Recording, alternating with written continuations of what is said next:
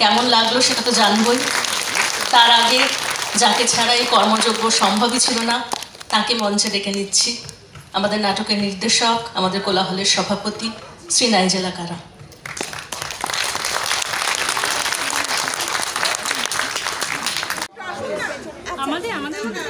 আচ্ছা, এই যে নাটক আমরা দেখলাম, এই নাটকের পেছনে আপনার অনেক অবদান আছে, আপনারা অনেক দিন ধরে খেটেছেন, তো এই বিষয়ে কি বলবেন? এবং রাজস্থানের রুদালিদের ওপর এটা একটা অভিনব প্রোডাকশন, তো এটাই বলার যে আমি না বেসিক্যালি একটা উমেন এম্পাওয়ারমেন্টের উপরে কিছু করতে চেয়েছি। তো এখানে আমি দেখলাম যে রাজস্থানের রুদালিরা ওদের বেসিক পেশা হচ্ছে যে অন্যদের মৃত বাড়িতে গিয়ে কাঁদা, সেখানে শোক করা। তো এবার এই শোকগুলোর মধ্যে তাদের মধ্যেও তো একটা জায়গা আছে যেখানে তাদের মধ্যেও দুঃখ আছে, বেদনা আছে, মানে তাদের মধ্যেও অনেক কিছু খারাপ লাগা আছে। তো সেইগুলো যে ওরা কোথায় বার করে সেটা তো আমরা কোনোদিন দেখতে পাই না।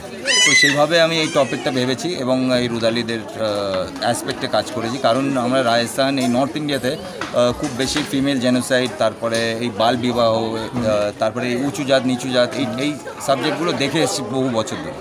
তো সেটাকেই একটু আর কি মানে নিয়ে আর কি কাজটা তৈরি করা আর কি, গল্পটা তৈরি। আচ্ছা, নাটকের নাম কালা জাদু, তো এই নামটা কিভাবে আপনার মানে কোথা থেকে ইন্সপায়ার্ড হয়েছেন? কালা জাদু মানে এই মহিলারা কালো পোশাক পরে, ঠিক আছে, এই কালো পোশাক পরা মহিলাদের জাদু আর এবং তাদের মধ্যেও যে এতটা প্রতিভা, এতটা জাদু, এতটা শক্তি লুকিয়ে আছে, সেটাই প্রকাশে আনা এবং সেটা প্রকাশে এনে অ্যাকচুয়ালি ওরা জাদু করছে।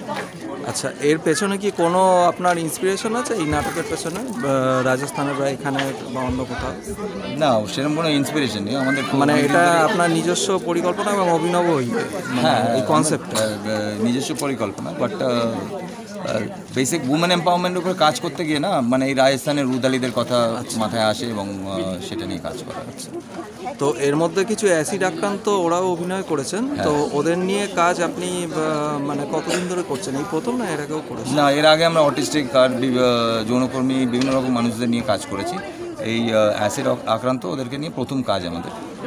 এবং মানে এরা না প্রচুর দূরে দূরে থাকে, তো অনেকজনকে একসঙ্গে জোগাড় করাটা খুব কঠিন ব্যাপার ছিল। তো সেই জন্য আমরা এই অলক ফাউন্ডেশনের সঙ্গে যোগাযোগ করি এবং তারা আমাকে মানে যে অ্যাসিড ভিক্টিমগুলো দেখছেন, সার্ভাইভারগুলো দেখছেন, তাদেরই দেয়। কতদিন ছিল? কতজনকে নিয়ে? 3 জন অ্যাসিড অ্যাটাক সার্ভাইভার ছিল এখানে, আর 2 জন অটিস্টিক ছিল।